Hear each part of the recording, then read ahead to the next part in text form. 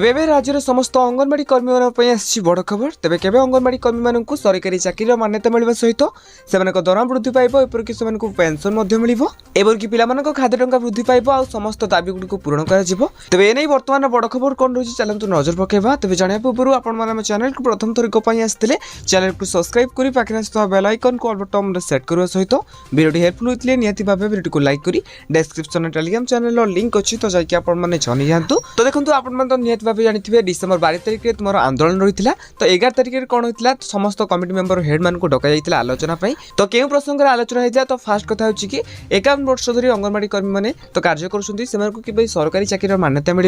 एपरिक पाचिका मानक कि पेंशन मिल जहाँकि 5000 टंका तो जो सब सहायिका मैंने रही तो 5000 टंका आउ जो मैंने अंगनवाड़ी कर्मी मैंने रही तो चाकरी छाड़ा पड़े तो पेंशन मिल जहाँकि 10,000 टंका देन रहा मृत्युवरण पर तो परिवार को 5 लाख टंकार सहायता राशि प्रदान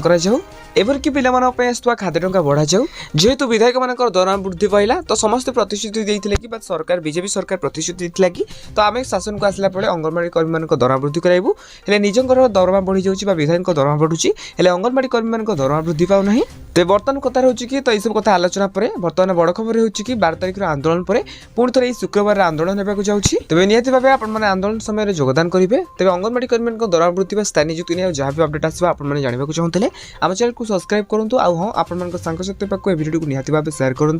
जहाँद्वारा कि अपडेट पहुँची पार।